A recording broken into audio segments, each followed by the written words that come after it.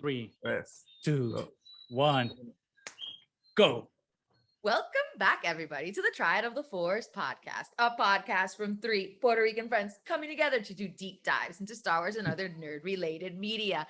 This is season 3, episode 7, and we don't usually do reaction videos, but we can't help it today. Today, we got a glorious present dropped into our laps in the form of the Obi-Wan trailer, and wasn't it amazing?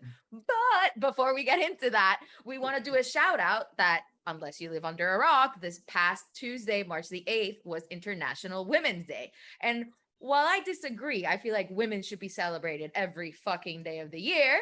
It's still good to have a chance to talk about social awareness and policy and politics and everything. So a shout out to all women out there in all colors, shapes, and forms. I am proud to be counted amongst you, and it's always good to have more change, better change, and I hope that we will always continue to be loud. And aside from women's issues, remember to check out the Amidala Initiative, which we support. Check us out on Twitter, and we will always leave the links, which is about supporting trans rights. So remember to check that out as well. But now that we've said the shout outs, oh my God, the Obi-Wan trailer. Trans women are women, by the way. Oh yeah, of course, yes. Who's confused? Oh, everybody that self-identifies as woman or female. Yeah, everybody that identifies as a woman is a woman. Yes, completely agree. I can't even begin to talk about this episode because as most people know, if you watched last week, we were talking about Star Wars Rebels because Rebels remembered day was March 5th, this past weekend. So we were gearing up to a series of episodes about Rebels. We did like a retrospective last week, and this week we were going to do the creatures of Rebels. We had an awesome name for it too, which we won't reveal yet, but Nani couldn't record when we were going to record, so we had to push the day back. And what a happy little accident, like Bob Ross would say. Happy little accident. It was meant to be because we were gifted the gift of Jesus, or as it's known in Star Wars, Obi-Wan Kenobi. Praise be to our Lord and Savior. Praise be to our Lord. Holy crap. We'll get into the nitty gritty of like all the things we liked about the trailer. But let's talk about like our initial reactions. Nani, it's International Women's Day /week/year/decade. Let's start with you. What did you think about our Lord and Savior, Obi-Wan Kenobi /Ewan McGregor /Jesus? Oh my God. I was not expecting that, and in a good way, because I think we've talked a lot about how we just don't like going back to characters that have been done over and over again. We want new stories. We want all these things. But wow. If the trailer is any indication of what this show is going to be, we are in for a ride. And I do agree that if it's done from a different perspective, even if it's characters that we already know, there's still a lot to be explored. And honestly, you guys know I have my issues with prequel trilogies, but aside from obviously Qui-Gon Jinn, Ewan McGregor as Obi-Wan was one of the things that really, really made sense about the prequels and was really, really good. And the chance that we get to see that character again, and by the way, Ewan looks amazing still. I mean, what the hell? And to see this story from his perspective, you know, after the fall, how the whole entire trailer starts, we lost. So it's coming from this point of view. I mean, oh my God, I'm getting goosebumps just thinking about that trailer again and what it's in store. But we'll get into the trailer. You said that and I got chills again. I'm like, Oh, what about you? Holy crap! You're usually the measured ones. These things a little objectively. So, what was your reaction? Well, I love like the sand. The element of the sand is ever present, and throughout the trailer, throughout the background, even with like the lettering, it's all about sand, and it makes sense. It's like that grinding and rough patch that now Obi-Wan finds himself, you know. It's defeat. Like, you've been completely defeated. No, like, everybody that you cared about is, most of them are dead. Like, how do you deal with, and then you're on top of that, you're being hunted down, and you want to protect baby Luke. So I think like what Nani said, like I'm surprised in very positive ways. I don't. It's not probably not what I envisioned or everything was gonna head, but the way everything was portrayed seems like they're applying everything they learned from like Mando and Boba Fett, and like they're now giving us like this beautiful like package of like, here's everything we've learned, take it, like enjoy it. Enjoy. And I think that's the right word. With it. Same. I agree. I agree with everybody. I mean, I felt it put a big old stupid grin on my face when I saw that trailer. And a little background, like there was a lot of rumors in the online community and Reddit, on Twitter, everywhere that there's rumblings that there's gonna be an Obi-Wan trailer on Wednesday. But being the rumor mill, I took that with a big old grain of salt. And I'm like, well, I'm not going to expect it, because usually when people say there's going to be a trailer, there isn't a trailer. And then I had a very early meeting this morning, and right before the meeting, I just checked the Twitters to see what's up.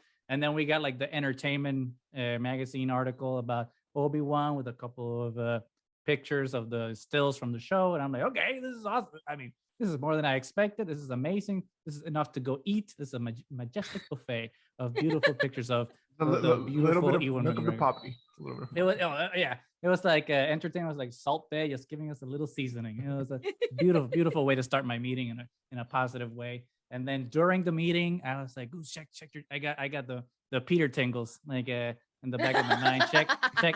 Check your phone immediately. And when I checked it, bam! Everyone, it's like Obi-Wan trailer. I'm like, God damn it! I'm in this meeting. I can watch the trailer. So obviously after the meeting, I just hurried to my computer, and it was like going into the ocean, into a sauna, and like going into the water and being embraced by the warm salt water, and like having birds chirping you to like relax with little lime peels over your eyes, or zucchinis, or whatever the fuck they are. Oh my God, it was amazing. And then the music starts, and the music was so retro in the best John Williams way, and with all the snippets from Battle of Heroes, from Revenge of the Sith, and all that thematic building of the loneliness of the desert and the beaten, broken, depressed Obi-Wan. Beautiful. I was like, if that had been the whole trailer, just those first like couple of seconds, I would have been like, we're fed. We don't need anything else. I'll wait till the 25th of May to watch this show. But then what happened? Lucas said, sit your ass down. This is only starting. And then bam, Duel of the Fates. Crescendo. Oh my God. It's like it was like a punch in the face in the best way. I'm like, thanks, Lucasfilm, for punching me in the face. It was just a smorgasbord of all the best things that I never thought I would see, but we're seeing. Oh my God. I never felt chills so much for either Book of Boba Fett, Mando season 2 or Mando season 1 when I saw those trailers. When I saw those trailers, I'm like, yeah, I'm ready. This is good. Ready. But Obi-Wan Kenobi gave me the chills I didn't know I could still feel, because like you were saying, Nani, like we always want new things and things that are not familiar, and we want to push boundaries on Star Wars. But somehow this trailer and this show is not the show we deserve, but it's the show we need right now. I feel like, and I agree with and what Mo was saying, that it's like they learned from all the shows that they've done before, because if it follows what we saw on the trailer, and this is not just just to like confuse us and make us think it's going to be amazing, and then it ends up being like something else. But if it follows this, which I think it will, it's bringing so much of everything that we love together, how you were saying too, right. Because it feels very prequel-y, but original trilogy as well, because there's a mixture of all of that. It feels very Clone Wars. And then, as we were talking last week, Rebels. I was not expecting to see the Inquisitors. What did you think about that? Hey, I'm gonna start, because like I feel like I got like a shot of adrenaline, and like I have to just get it out. Like I did not expect that they were gonna show us the Grand Inquisitor. I will admit, Now, when I saw him, I felt like his face was a little too round. I was expecting like a longer face. They didn't cast the voice actor that did the Grand Inquisitor in the show, which is Lucius Malfoy. I always forget the actor's name, but Lucius Malfoy was the voice of the Grand Inquisitor, and I thought he looked like the part, so I would have expected them to cast him. Maybe like there was a scheduling thing and they couldn't figure it out, or maybe he's too expensive. But I don't know who this actor is that's playing him, so it was kind of like a different face structure than I was expecting for the Grand Inquisitor. But who cares? Who cares? It's the Grand Inquisitor. He looked like the Grand Inquisitor, and all of a sudden, that scene when he just like turns on the stupid, the rotating, twirly lightsaber, I was like, "This is come on, you did you did it." Because we were wondering, I think in a couple episodes back, we were wondering like, are they gonna do the twirly lightsabers? Are they gonna show them on screen? Yeah. And Lucasfilm was like, yes, we are. Yes, we are. They're gonna fly too. I'm calling it. They're gonna fly. So that was my reaction. And then as a lover and player of Star Wars Jedi Fallen Order, when we see this ship go into like that fortress and it's like in the water planet type of thing, I'm like, and then the conference room underwater, I'm like, is this the Fortress Inquisitorious from Fallen Order? Is like Lucasfilm really like tying canon together and not just making up new stuff and ignoring the things that they already established? I was like, this is amazing. And seeing the seventh brother or the fifth, I can't keep track of the numbers of all the brothers, which ones they are, but I was like, oh, like, another amazing. One jumped. Oh yeah, I was like, thank you, Lord Jesus, Obi-Wan. I was really not expecting. And I mean, I think we were always having doubts of when exactly it was going to be set, and it seems like it's around the time that Rebels was happening. You know, so there's a possibility. Right? Inquisitor's alive, so yeah. So it's there. So who knows what we're in store for now? What characters are possibly going to show up? So very exciting. Where it's gonna head it? Like, what's the or would there be like implications, like tie-ins with like things we saw in Rebels, like like repercussions? I don't know. It'll be interesting. Repercussions for sure, right? I think, because obviously I think Rebels takes place, I think probably 10 years after this, because it's, I think because Luke is still well, that's the problem, right? Because he looks kind of 10 there. Yeah. Obi-Wan has like a massive aging in a very short amount of time, so that kind of confuses like where in the timeline is. You know? I know. It misses, well, I mean, it's not only Obi-Wan, of course. It's also Uncle Owen and Beru have like massive aging in these few years, and Luke kind of looked in the trailer. He was probably like 8 or 9, and how old is he? 18 when A New Hope starts? 18, 19. So, yeah. So there's 10 years there. Which I thought was a good way to show. I didn't think that they would be like, okay, here's Luke Skywalker. So I was like super impressed that they showed him in the trailer. And I thought it was really cool that he was playing like a video game. And I swear to God that video game he's playing is a pod racing video game. Of course he's playing Episode 1 Racer. Like he has oh my God, like a mod from the N64 on his binoculars, and he's playing an Episode 1 Racer. He's using Anakin's pod racer. Imagine he's probably using that's my headcanon. Sebulbas. What? Sebulbas. Probably using Sebulbas. Maybe. Proud. It was a better ship in the game. It was, because it had like the vents that threw fire out. Oh my God. That's my headcanon, and no one can change my mind unless Lucasfilm actually says like, nope. Changes your mind. Yeah, it's not Episode 1 Racer. It's a T-16 Womp Rat killer or something.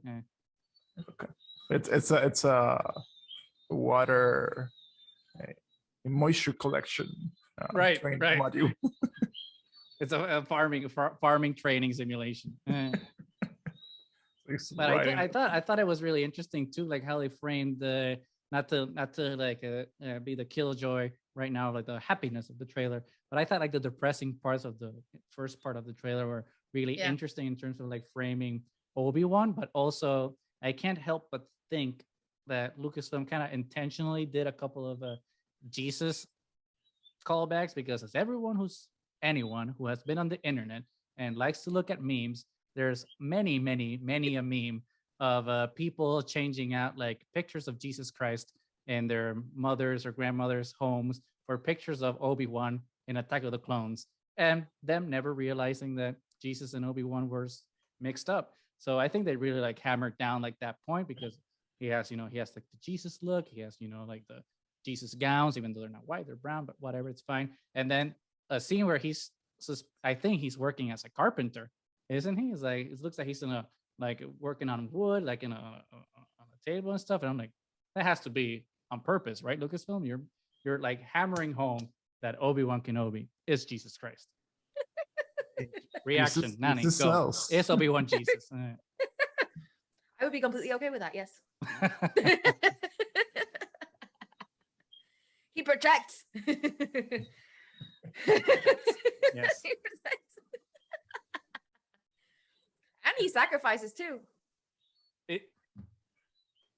He does. And he has a lightsaber. So Obi-Wan's better than Jesus. I don't know. Plausible. We'll have to debate this in Sunday school. And he continues to communicate after he's dead through the Force. Yes, that's true. Yes. He kept coming back. Jesus hasn't come back yet. So 1 point for Obi-Wan. Another thing that I thought was really cool though is that they had like those bald camel animal things from like the prequels, but they were like, it looked like it was a practical puppet. So I was like, oh shit. They looked really good. I think what we've been saying over and over, they've been experimenting clearly with what they've been doing in Mandalorian, then Boba Fett, when practical puppets work, when some CGI well placed doesn't ruin the whole thing. And I'm pretty sure they're doing Jabba puppet for Obi-Wan, right? Or weren't they? Was that confirmed? For not for Obi-Wan. That's the rumor for Andor. For Andor. For Andor. Okay, never mind. Allegedly. Mm-hmm. I don't, rumors for me are, it's like, I don't trust them too much. Although, to be fair, before Rise of Skywalker came out, there was a leak on Reddit, and I read it, and I'm like, well, it's impossible. They can't have the whole synopsis. This can be. And then I'm like, it's impossible. And then I was watching Rise of Skywalker. I'm like, it was. Unfortunately. Anyway, Rise of Skywalker, bad. Obi-Wan, good. Deborah Chow and the cinematographer, Deborah Chow, the director, she directed one of the best episodes in season 1 of The Mandalorian.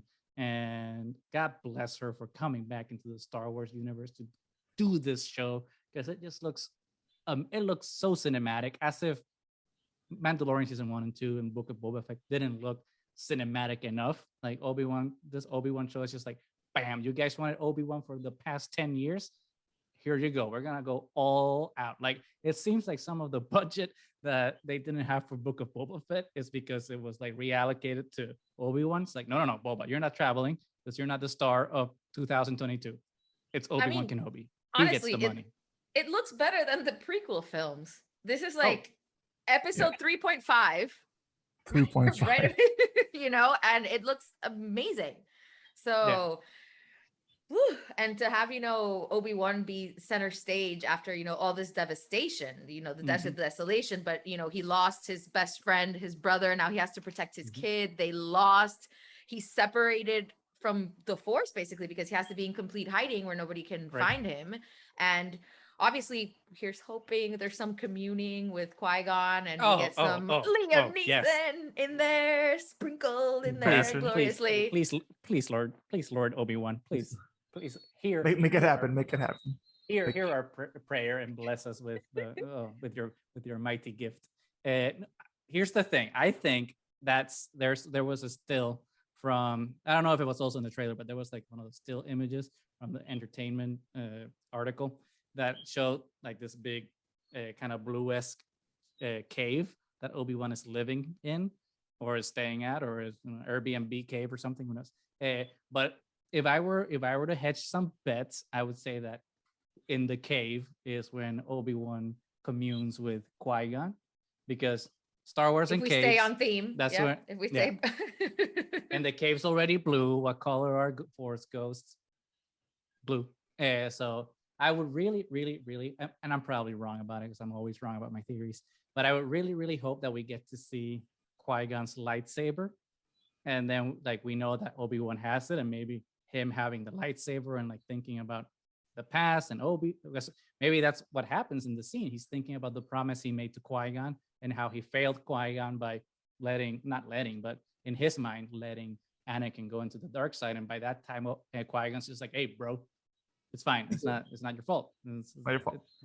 Not your fault. And then he shows up and it's like, boom, Liam Neeson cameo. And then the internet's going to explode. Well, I mean, and it was made pretty clear at Revenge of the Sith that Yoda was not only telling Obi-Wan to protect Luke, but to actually commune with Qui-Gon, because Qui-Gon had been able to at least partly transcend the nature of the Force. Sense. And yes, it does make sense. So canonically makes sense. Yes. Yeah. And I don't want no voice cameo, even though I'll take it. I want Liam Neeson to put on a fake beard and a wig and be Force Ghost Qui-Gon. I want that. And it's like, please do it. Please. I'm okay with the voice. I'm okay with it. Yeah. However, I'm greedy right now because I saw that trailer and I'm greedy. I'm sorry. Yeah. It's like Lucasfilm gave me too much, and now I know what it tastes like. To give some credence to your want and your need to see Qui-Gon on.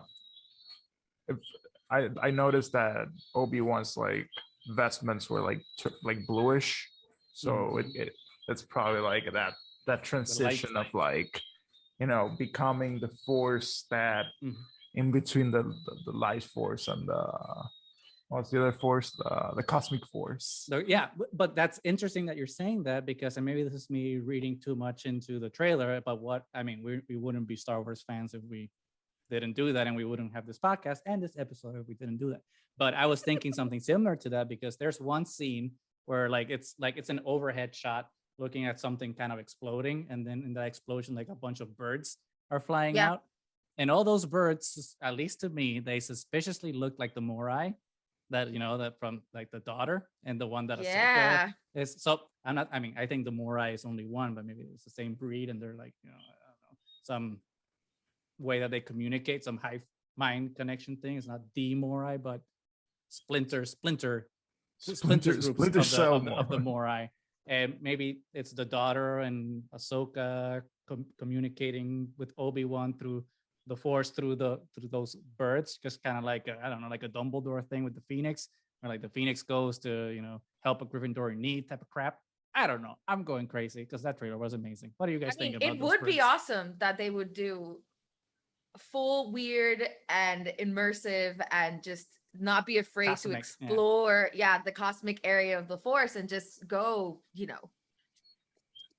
just go all out and explore everything, because he's alone in the desert. Basically, it makes sense for there to be that connection to the cosmic Force and some of the trippy, really awesome things that we see explored in Rebels and in Clone Wars that transcend that physical nature. And especially because it's at this transition that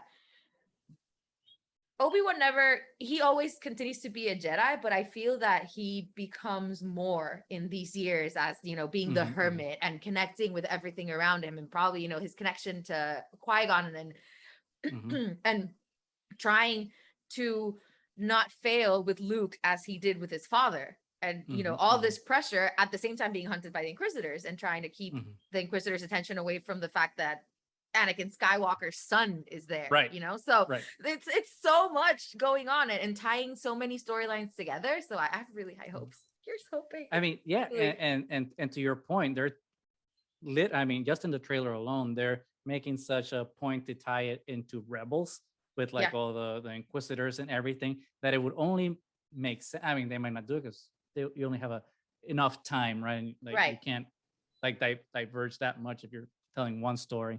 But to kind of go in a Rebels kind of thing where I don't know if you guys remember the episode in Rebels when Ezra's looking for his Kyber crystal, and he's in the Jedi temple, and all of a sudden the temple just turns into space, and Ezra's just in stars and communing with Yoda and stuff and all like that. Maybe something like that happens to Obi-Wan in that cave or somewhere where he's communing with Qui-Gon in that cosmic Force space thing. Maybe he talks to Ahsoka. I don't want to see Ahsoka, but I'd be okay if he hears her. And he can, Rosario's voice or Ashley's voice. Might make more sense for Ashley because it's closer to Clone Wars. but communing with those Jedis within that space of the cosmic force, like you were saying, Mo. Like, oh, I got you. I was just thinking about it. I'm pretty sure that won't happen that way, but if it did, I'm all for weird and trippy and mind blowing and just psychedelic and all that stuff is so good. So here's hoping we get a little bit more of that, and it would contrast really, really well with the whole desert desolation thing. If then you go really colorful or something with the cosmic part of the force. Because the birds did look like really like bright green with some blue in it, like just a splash of color and stuff. So maybe, for like the more spiritual aspects, there will be like more color added, more vibrancy. Neon. And like the mundane stuff is just sand and grit and desolation and all that. So who knows? Yeah, but I think it's great to speculate anyway. Oh, it's great to speculate. Oh my God, in the best ways. What was it? But I really like that planet, and because it looks like it's a new planet from what I read, and I like the whole neon look of it. It's very different from what we've seen so far, and it reminded me a lot. I think that the inspiration, I could be wrong, but I think the inspiration of like this new planet that Obi-Wan goes to, or where the Inquisitor is hunting Jedi, is an inspiration on the show that George Lucas wanted to do in Coruscant, which I don't know, I don't remember what it was called, Star Wars Underground or something. Whatever. There was a show that George Lucas wanted to do that was kind of like a neo-noir type of thing, and the underbelly of Coruscant, it was all like neon and seedy underbelly type of thing, kind of like what we see in Attack of the Clones, but better, I guess. It's the grittier part of Coruscant, basically, right. which he didn't really get good. to do that show, but I think that this is inspired by that, so it's an homage. Okay. And I think so. Hopefully it already looks amazing. We don't. I'm sad. If this Obi-Wan show were only this trailer, I'm okay. I'm okay with it. That's all I need. I'm good. Yeah, this is the last thing Star Wars ever put out. I'm good. It's fine. It's fine. We're good. My palate has been cleansed from the Rise of Skywalker. We're good. Lucasfilm, you and I, we're on good terms right now. Not in terms of representation, all the things you do for equity and stuff, but in terms of like shows, we're good. Yeah, when Star Wars starts making you get goosebumps and everything all over again, they've hit on something. And how amazing was hearing Darth Vader's breathing at the very end of that trailer.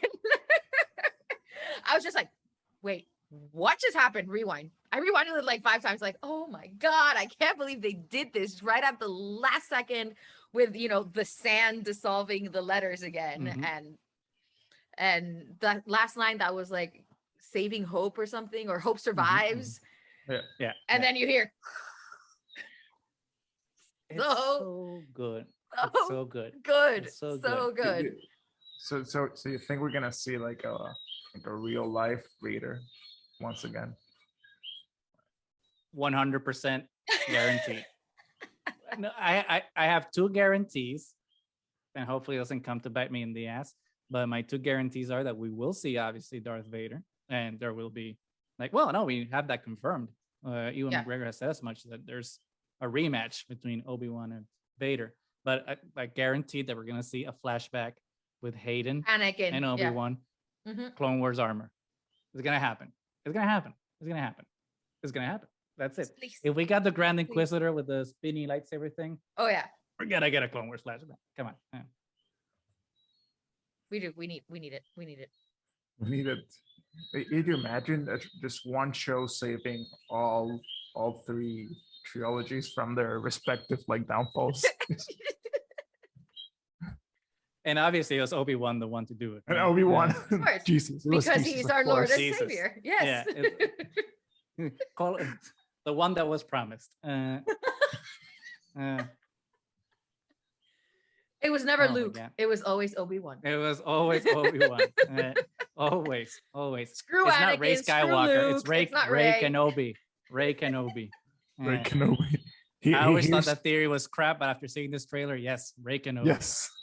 Make it happen. Make it happen. Make it happen. It's Din Djarin. No, it's Din Kenobi. Everyone's related to Obi-Wan. But he's like Kenobi now. Everybody's a Kenobi. Yeah, everyone's a Kenobi.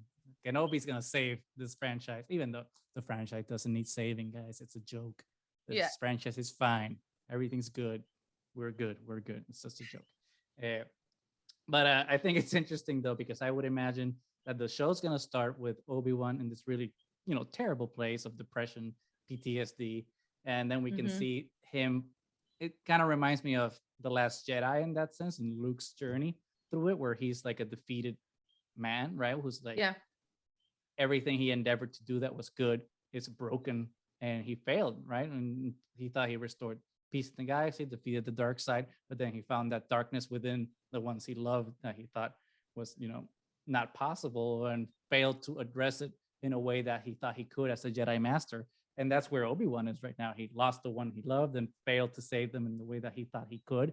So there's a lot of parallels, right, with like Luke and Obi-Wan right now. Yeah. And the thing that I think about when I see this trailer, when I think about the ending of the show, is kind of the ending of Last Jedi. Obviously, we know Obi-Wan's going to be alive by the end of the show. Yeah. But it'll be kind of like Luke at the end of Last Jedi when he's past, becomes one with the Force and is looking at the twin sunsets of Acto.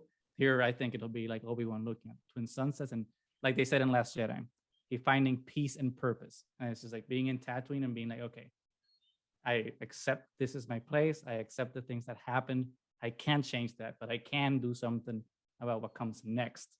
And just instead of being growing a depression beard in a cave, he just makes his hut wherever he in Anchorhead or wherever his hut is, and just chilling, vibing, having a good time on Tatooine, doing crate dragon calls and saving Luke. I think it would be a good story though if just him watching from afar and protecting from afar wasn't enough, and he didn't actually feel fulfilled until he met Luke and got to interact with him and started to take him on the path. And that's why in that moment in A New Hope, he's able to transcend there, because he knows he's put Luke on the path and is facing Vader from a position of strength, because he was finally able to achieve what maybe he wasn't able to do alone. I mean, there needs to be a reason why Owen hates Obi-Wan, right? So something, and we already see the seeds of that in the trailer when Owen is like facing down the Inquisitor. So there has to be like some interaction then between Obi-Wan and Owen to trigger that. So I think that would be even stronger if what you just said, Nanny, happens. I'm always wary of kids in Star Wars because Episode 1. But kids get kidnapped and I think Star Wars has matured to a point where I think so here's hoping. It'll be here's to hoping. Here's to hoping. Well, it still survives. Hope survives. Hope survives. So I do think that I saw some characters that might be like wild card cameos. Two that I thought I saw is there's one scene where we see like someone with their gun holster, and that gun looks suspiciously like Han Solo's gun. And who had Han Solo's gun before Han Solo? Tobias Beckett. So I'm like, oh, is Woody Harrelson gonna like make a little cameo appearance in this show and like help Obi-Wan when he's in that planet to do some sketchy stuff, whatever he's doing there? I don't know. That was my wild theory. Probably not. It's probably some new guy, because I don't think they're gonna get Woody Harrelson for this, but it would be kind of a cool way to start tying into Solo as well, like having all those little connections. Everything. But this will be the Nexus event for Star Wars.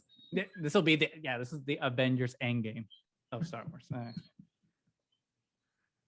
I also think I saw Commander Cody, but maybe not. That will make a lot more sense. Definitely. Tobias Beckett. It's like wild card.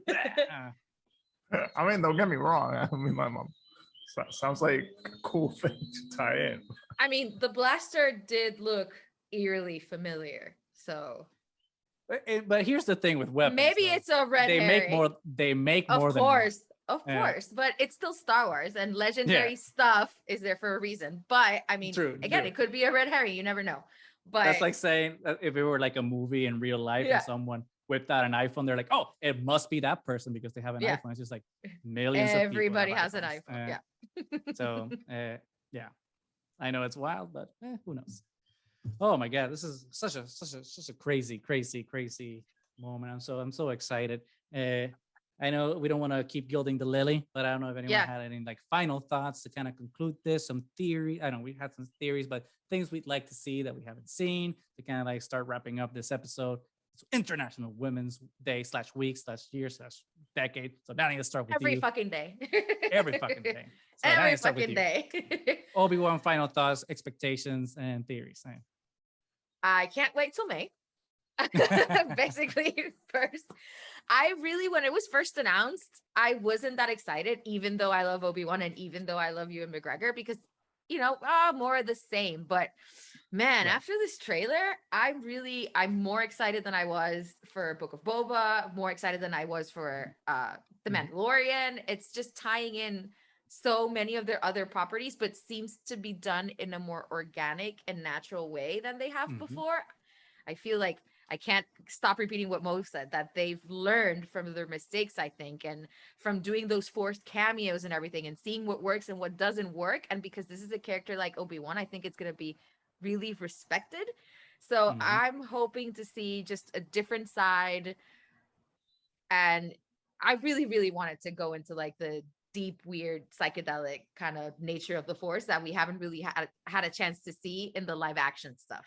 Because in the animated stuff, I feel like they can take more risks, obviously, and they go into these really weird, deep, awesome places, which I think are really important to our understanding of the Force. And they've been afraid to do it in the live action stuff so far. So I think with a character like Obi-Wan, in the moment that he's going through, would be a really good time to do it and a really good means and media to do it with. So here's hoping they get weird. Here's hoping they get weird. Mo. That's as Manny said. Let's hope it gets weird. But all in all, I just want more. Just give me a little more Obi-Wan, like more Jesus, more Jesus. It's like every Sunday from now on, it's the Church of Obi-Wan. It's like episodes drop on Sundays. That's it. The sprinkling for the rest of our lives. Yeah, it's like Obi-Wan wanted to play Obi-Wan again. Okay, Ewan wanted to play Obi-Wan again. Now you get to do it every Sunday for the rest of your life. Please and thank you. I think we're finally gonna all be quenching our thirst, our communal thirst for some UN Obi-Wan. Yes. Yes. He be looking good. Just saying, he be looking good. Even though he's tattered and depressed and depression beard and full, hasn't taken a shower in who knows how many years, looks good. Keep doing what you're doing. Keep doing those desert push-ups or whatever you're doing. It's amazing. Got in nomine Patris Filii and Obi-Wan Sancti. Come on. I can't. I found a new religion. We're doing it. I want to be baptized in the holy waters of Obi-Wan. Come on. I can't help myself. I'm sorry. Obi-Wan's holy water. If Disney sells that shit at Galaxy's Edge, Obi-Wan holy water, I'm buying it by the gallon. Okay, it's like, I'm showering in Obi-Wan holy water. We're doing this, bro. We're going. The Obi-Wan spa, anyway, I digress. I'm sorry, everybody. Sorry, it has to be a no kids allowed section. It'd be like oh yeah. For parents and adults only. Obi-Wan's thirst cave? No, it's no. That's like Disney's old Pleasure Island, where like it was for the adults after hours. They're reopening that Obi-Wan's thirst cave. That's it. Sorry. Oh my god. I apologize. I think that might be a good note to end with. Trademark. Oh. Disney needs to buy that from me. I came up with it.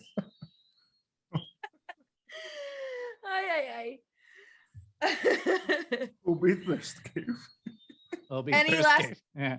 Any last words, Goose?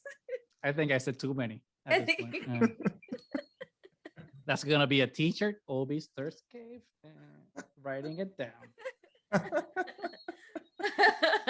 Well, I guess on that hilarious note that I'm gonna probably keep repeating in my brain for up till May premiere, and then probably for the rest of my life. Yes, please. We are Triad of the Force. Thank you so much for joining us. We hope you enjoyed our analysis of the trailer for Obi-Wan Kenobi. We are probably going to get everything wrong, but let us know in the comments what you think. If you have your own theories, how excited are you about this show? Oh my God, this is going to be amazing. And until next time, we will see you at Obi-Wan's Thirst Cavern.